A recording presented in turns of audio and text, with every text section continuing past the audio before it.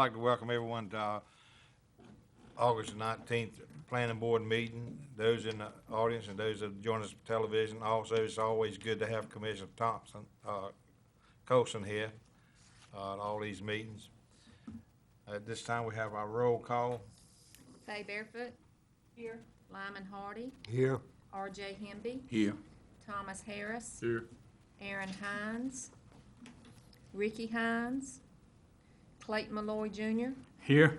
Matt Nobles. Here. Johnny Penner. Here. Kenneth Ross. Here. And Danny Smith. Here. At this time, we all stand and we ask Faye Barefoot to she'll do the pledge. I mean, do our prayer, and Thomas leads in our pledge. Our Father, we're thankful for today. Thank you for the many blessings of life. Thank you for this time that we could come and carry on a portion of business for our county. We thank you, Father, for each member that is here, and we pray now that you will give us the wisdom and knowledge in everything we do or say. And thank you again for the many blessings. In your name we pray. Amen.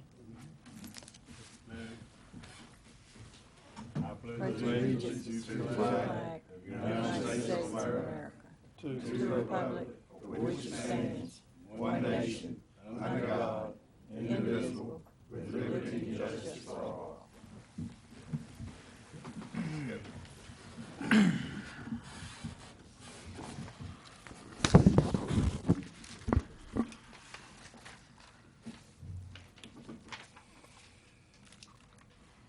At this time, the planning board appointments. James. Thank you, Mr. Chairman. Go ahead and get a motion on your minutes from the June meeting. And, Motion to approve. Second. All in favor, say aye. Aye. Those opposed, say no. Ayes have it. Thank you. Thank you. First up, I'd like to introduce everyone to Mr. R.J. Hemby. He is our new member who was just recently appointed by the Board of Commissioners to replace Wanda Harrington. Remember, Ms. Harrington resigned midterm, and so Mr. Hemby will be fulfilling her unexpired term. So we just went through with him, a few of our staff members, to give a brief orientation that we usually do for new employees or new planning board members. So we welcome him aboard. Hopefully y'all will have a good chance to meet him after the meeting tonight as well. So with that, there are some other items that need to be mentioned about appointments that are coming up. But first up, we did want to officially bring him on with an oath of office, and Tab's here to administer the oath tonight. Sure. Mr. Hemby, if you'll join. I'll affirm. You're fine.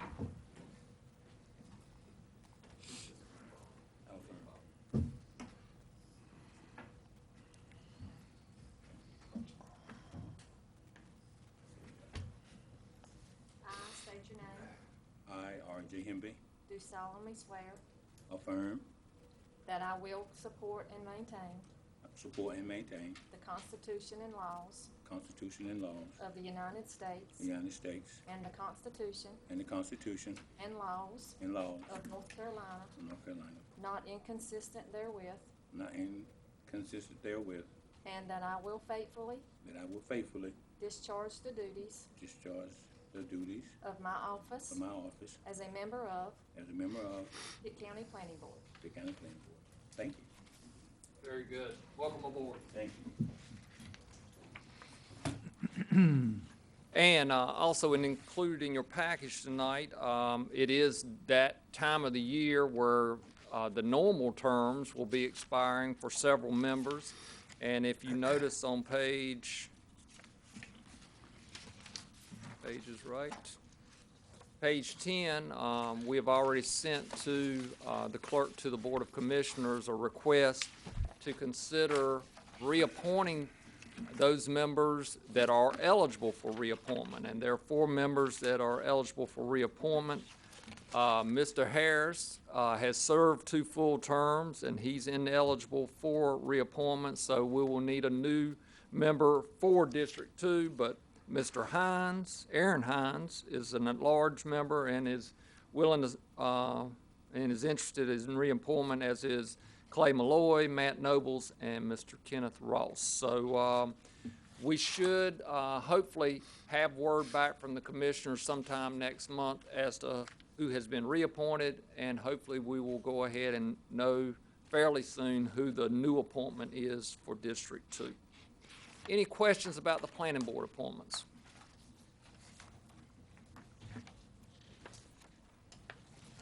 Mr. Chairman, Brian's here tonight to talk about the proposed subdivision ordinance amendments and also present the preliminary plat for consideration tonight, too.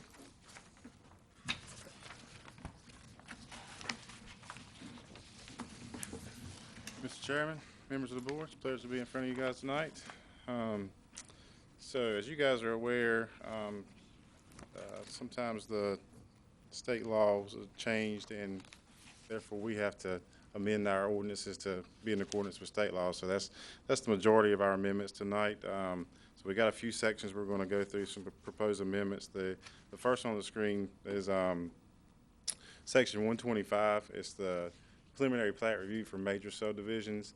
In this section, it speaks about re-subdivision of a recorded final plat.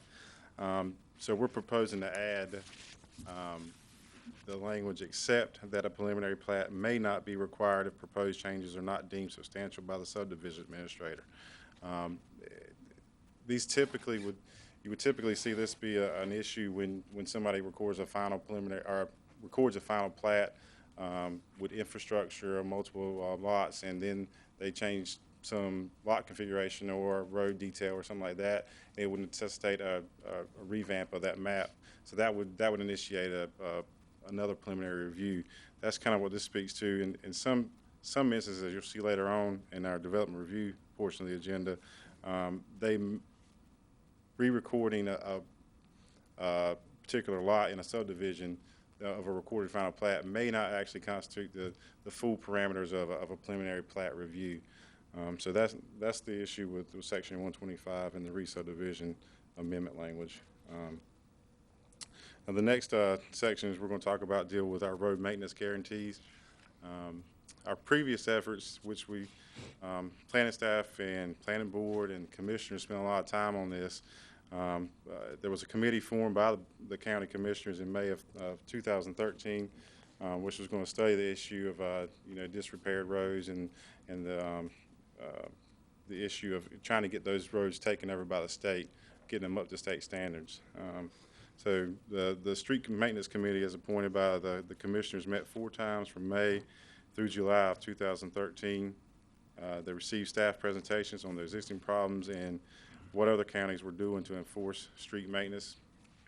They received presentations and discussed what solutions may or may not work well for Pitt County.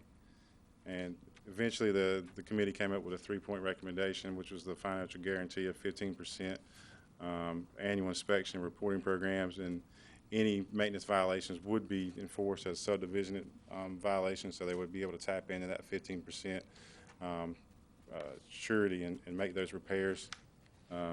So per the street committee's recommendation, staff proposed an amendment language, and Pitt County subdivision ordinance was amended to include that road maintenance guarantee section in October of 2013. Now, with all that being said, the General Assembly just passed new legislation, House Bill 721, that prohibits the use of performance guarantees for maintenance purposes. That includes the road maintenance guarantees currently in the subdivision ordinance.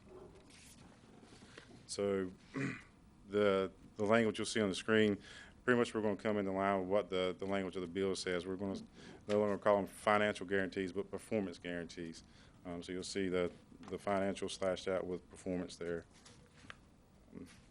So section 128, improvements and guarantees, we're going to remove the language from in acceptable forms, obviously take out financial and change it to performance, and change the acceptable forms to a surety bond issued by any company authorized to do business in the state, a letter of credit issued by any financial institution licensed to do business in the state, or any other form of guarantee that provides equivalent security to a surety bond or letter of credit. And that language matches exactly what's in House Bill 721. So going on to section 148, which used to be our road maintenance guarantees, we're proposing it to be called road maintenance assurances.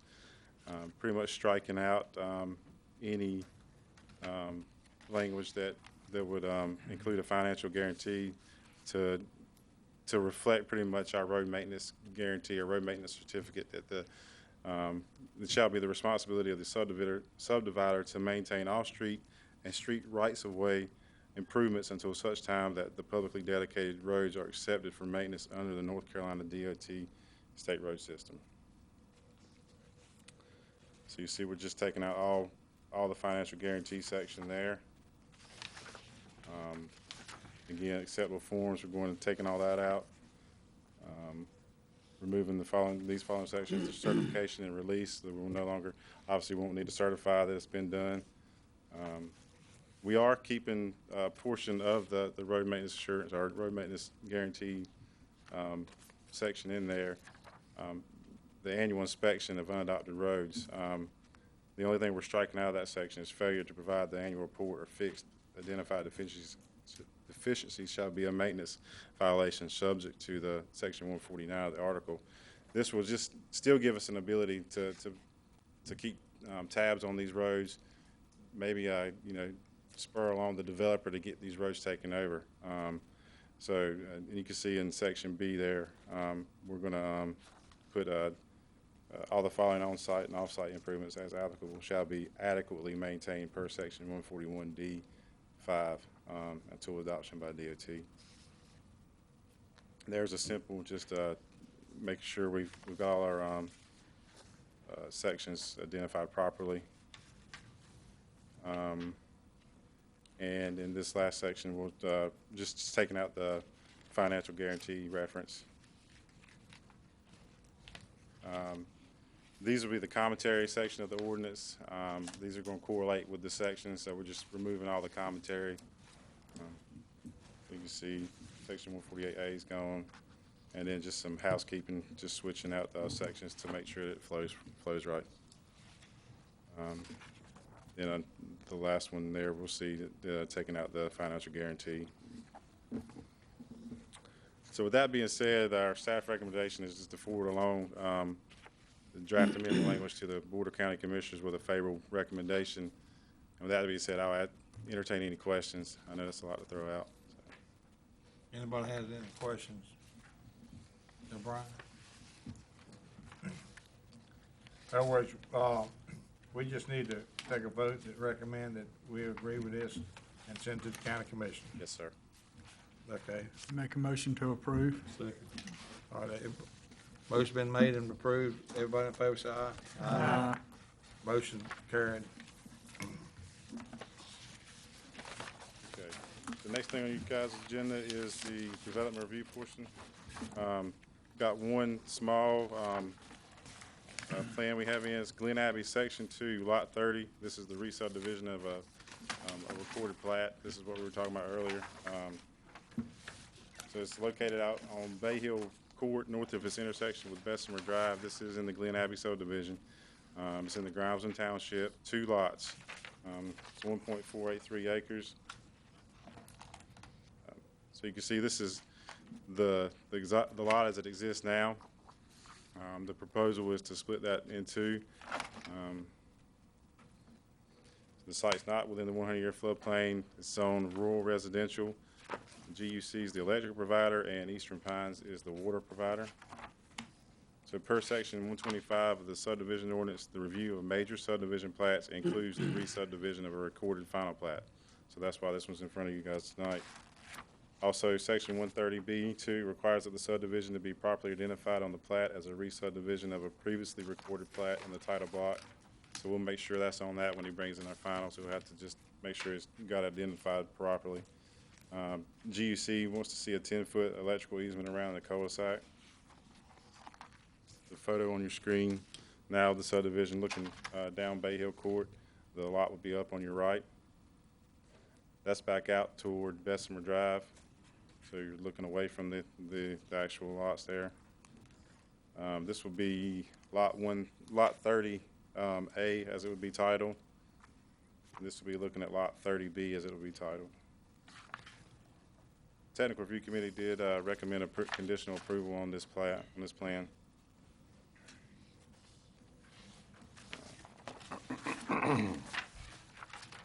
So any questions, comments? Anybody have any questions, comments? We need to have a hearing on this time, Just a motion to conditionally approve. okay? Motion. All right. Motion's been made and seconded. All in favor say aye. Aye. Motion carries.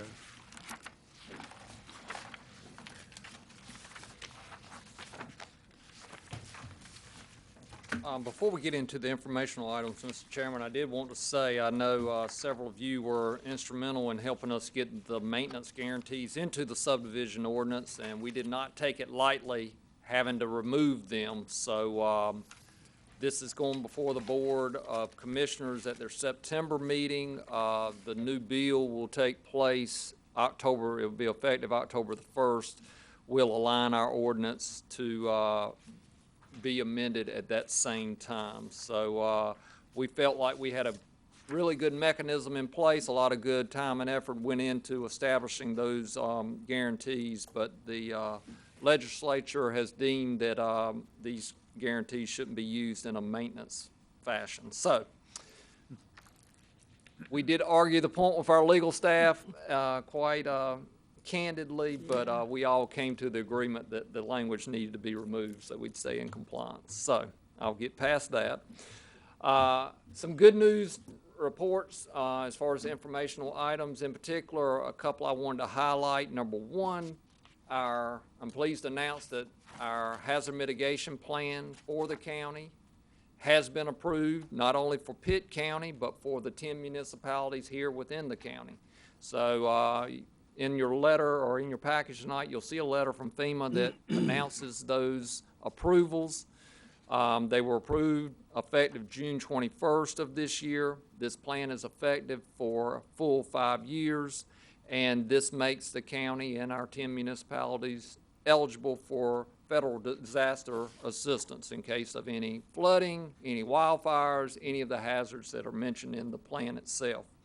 So remember that Pitt County served as the lead agency, not only for the Pitt County area and the 10 municipalities here, but for 4 adjacent counties and about 16 other municipalities included in that. So we're pleased to have that completed, and we'll monitor that annually from here on out.